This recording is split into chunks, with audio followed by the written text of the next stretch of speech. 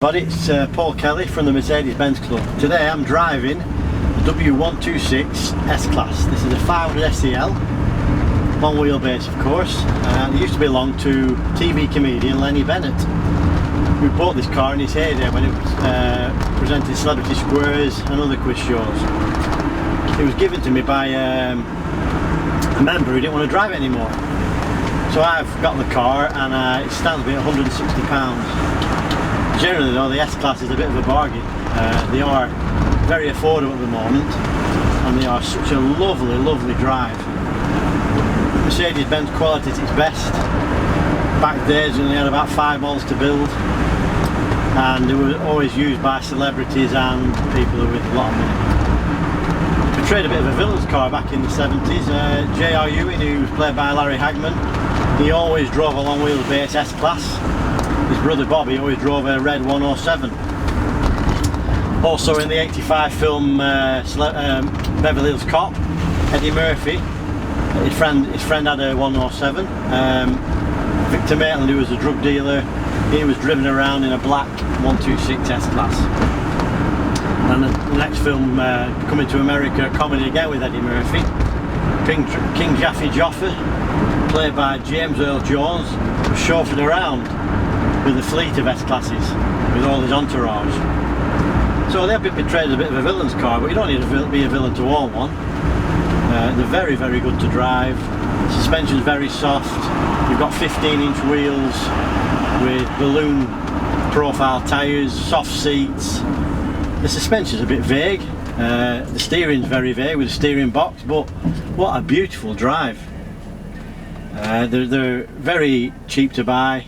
Not very economical to run. This one does about 14 to the gallon, so around town it's going to cost you a few quid. But buying the car, if you buy right, you'll probably not lose any money. The bodywork on this car is very ropey. I'd have to get new rear wheel arches and probably new wings and pretty much a respray, and the car's value doesn't warrant that sort of expenditure. So I'm just going to run it as it is. Like I said, it stands me at £160. I mean, what a car, what can you get for £160 these days? You have to get a pair of training shoes. So I'll show you a quick drive. I've got a nice long straight here, and we'll just waft along in Mercedes quality. Picks his feet up as well a bit, you know.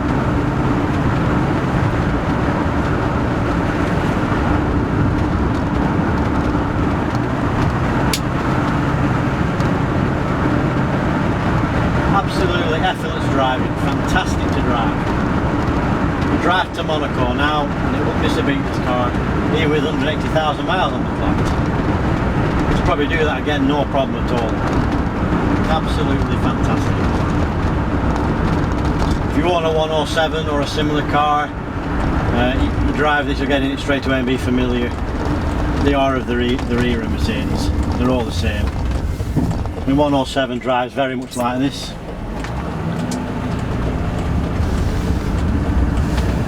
If you want to know more about the car, contact the club's registered captain. They will be able to tell you the pitfalls of ownership and any expenditure and things to look for. And all the facelifted cars, which is the more desirable one, the bumper chrome tends to corrode quite a bit.